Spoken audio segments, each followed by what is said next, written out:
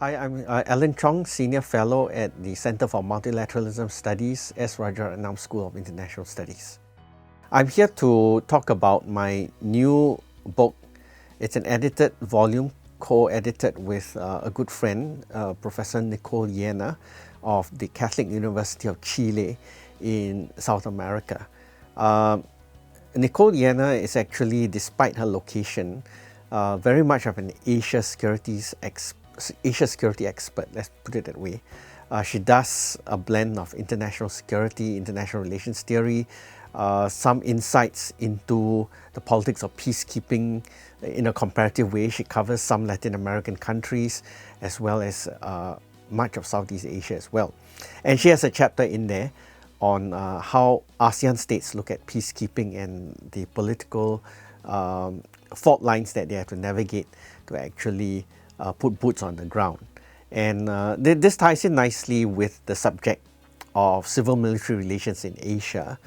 And we've come up with this theme called Asian Military Evolutions as a kind of mental challenge, if you want to call it that, and simultaneously a puzzle to draw in the prospective reader. Why Asian military evolutions in plural? Because we feel that the scholarly community as well as the community of political observers out there has been underserved by the research on civil-military relations in Asia up to this point.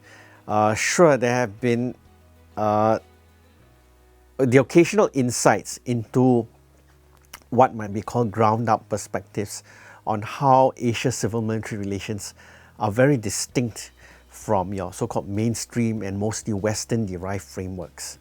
I'm referring principally to the works by Samuel Huntington on civil-military relations and his so-called followers like Peter Fever, and to a lesser extent scholars like Maurice Janowitz and Alfred Stepan.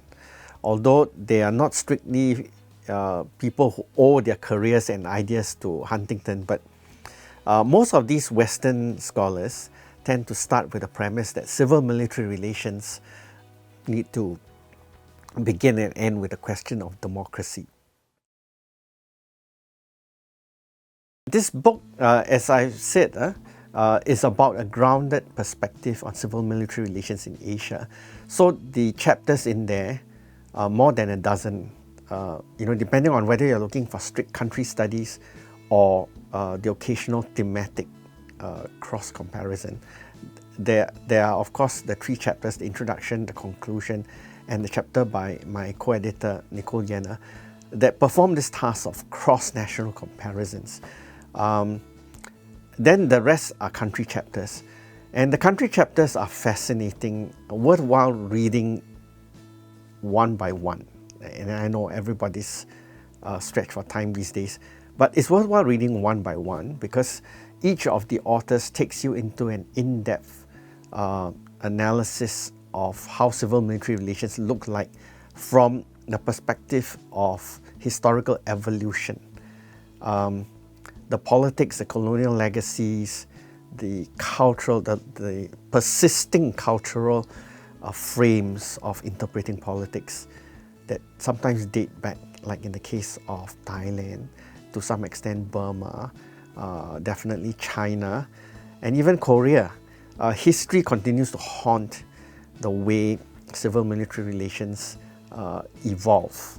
And the point is, this is again something straight out of Asian studies. When you look at Asia, you realize that the notion of time is evolutionary.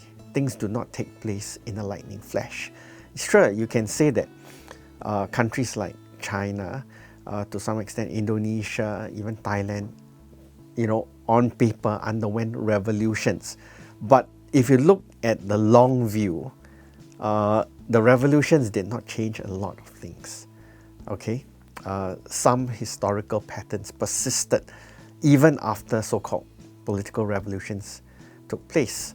And even in the very interesting and insightful chapter on Singapore by Chang Jin Yan and Shu Huang Ho, you realize that there have been certain developmental characteristics in Singapore's case that were repeated, say, in its neighbors like Malaysia, like Indonesia, like Vietnam, and even, a country not too close to Singapore like Bangladesh.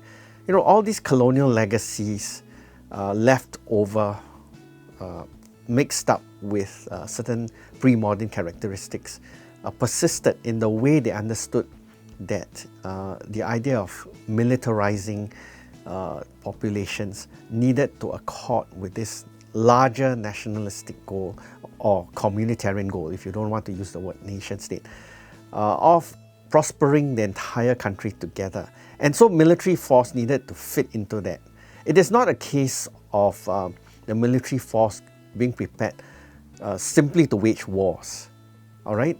Which was the basis on which Samuel Huntington and his followers actually started this whole field of civil-military relations. The military was built to either fight wars, end wars, or to initiate, in some cases, in realism, sometimes you call it defensive wars and things like that.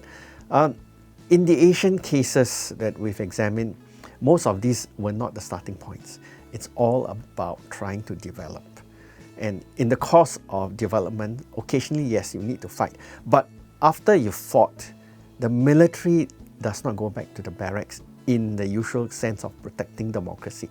The military, in fact, advances democracy, okay, if I can use this bold phrase, by developing the country. And democracy in tandem with development means making sure every family in each of these Asian countries has a chance to live in peace and to have a roof over their heads. Living in peace usually means having a roof over their heads and the ability to grow within this idea of a holistic communitarian setting.